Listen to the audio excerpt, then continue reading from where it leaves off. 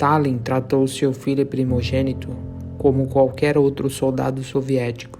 Quando foi para a guerra, Yakov de Jugashvili não conseguiu uma posição confortável no QG e acabou mergulhando bem na ação da linha de frente.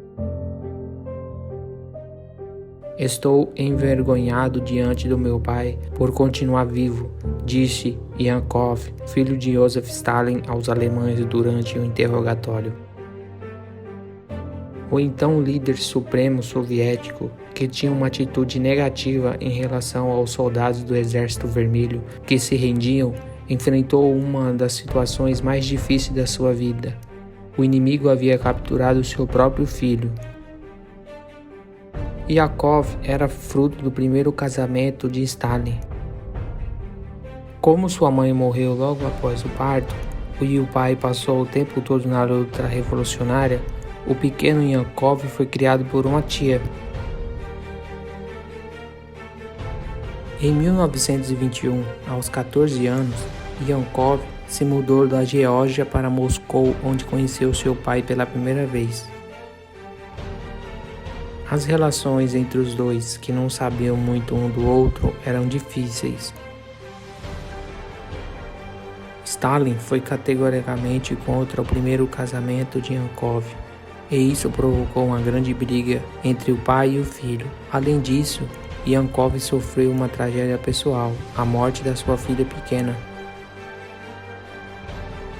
No final, tentou atirar em si mesmo, mas não conseguiu se matar, e só sobreviveu graças aos esforços dos médicos do Kremlin.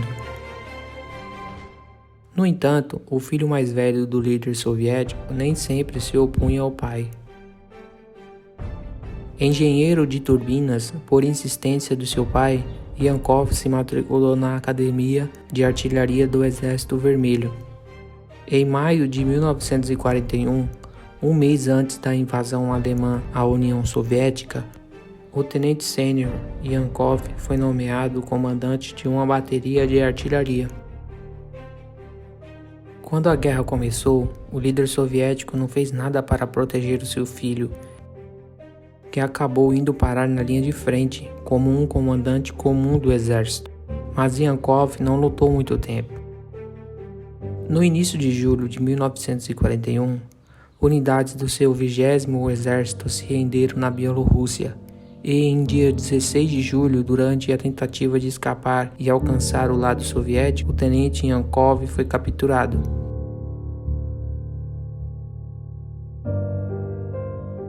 Os alemães perceberam rapidamente quem era o prisioneiro. Yakov foi capturado, traído por seus vários companheiros. Os nazistas não tinham intenção de encenar a execução pública do filho de Stalin, seu arqui-inimigo. Pelo contrário, era de interesse deles atrair Yakov para o seu lado, usá-lo em campanhas de propaganda e jogar Stalin Júnior contra Stalin Sênior. Yakov foi tratado com civilidade e cortesia. Nos interrogatórios, os alemães não questionaram apenas questões militares, mas também sobre suas opiniões políticas. Falaram sobre os métodos de Stalin para governar o Estado, apontaram para os filhos os erros do pai e enfatizaram as deficiências da ideologia do bolchevismo.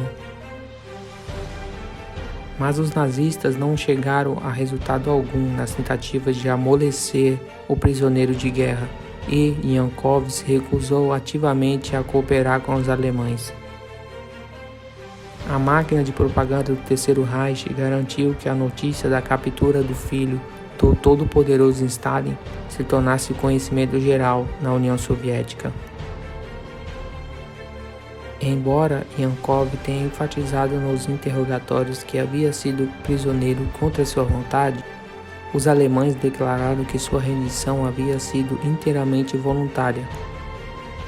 Inicialmente, o próprio Stalin acreditou nessa versão dos fatos. Depois do Kremlin receber novas informações sobre as circunstâncias da prisão do seu filho e detalhes da conduta no cativeiro, Stalin mudou sua opinião e deixou de considerar Yakov um traidor e covarde. Várias missões de resgate foram organizadas para tirar Yankov das mãos dos nazistas. Os comunistas espanhóis que foram obrigados a fugir da Espanha após a derrota da Guerra Civil e agora viviam na União Soviética, foram recrutados para as operações por causa da sua valiosa experiência em guerrilha. Mas todas as tentativas de libertar Yankov deram em nada. Após a Batalha de Stalingrado, os alemães usaram a mediação do diplomata sueco Count Falk Bernhard e da Cruz Vermelha para oferecer a Stalin uma troca de seu filho pelo marechal de campo Frederic Paulo e várias dezenas de oficiais do alto escalão do 6º Exército mantido em cativeiro soviético. Hitler prometeu ao povo alemão que traria os generais de volta para casa. Hoje em dia, pode-se apenas especular sobre o que Stalin pensava em relação à troca. Na União Soviética do período pós-guerra, dizia-se que o líder soviético respondera friamente à proposta alemã: "Não trocarei um soldado por um marechal de campo." A filha de Stalin, Svetlana Alulieva, lembrou mais tarde que, um pouco depois desses acontecimentos, no inverno de 1943-44, seu pai, agitado e indignado, se referiu ao acordo fracassado.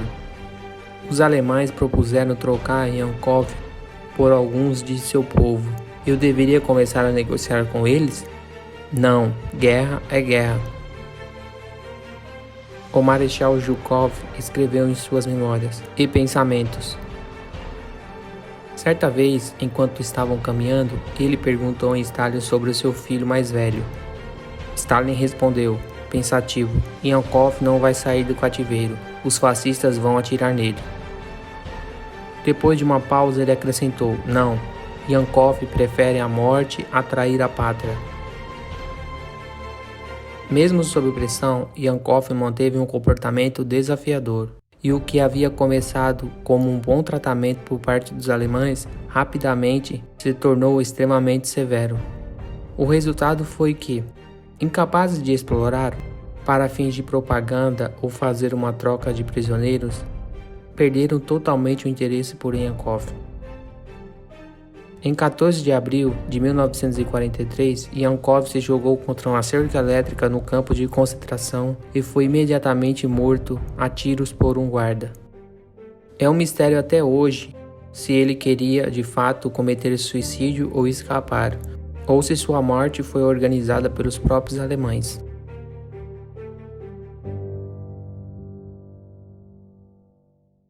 Se você gostou desse vídeo, não deixe de se inscrever no canal, ativar o sininho e aguardar o próximo vídeo. Obrigado.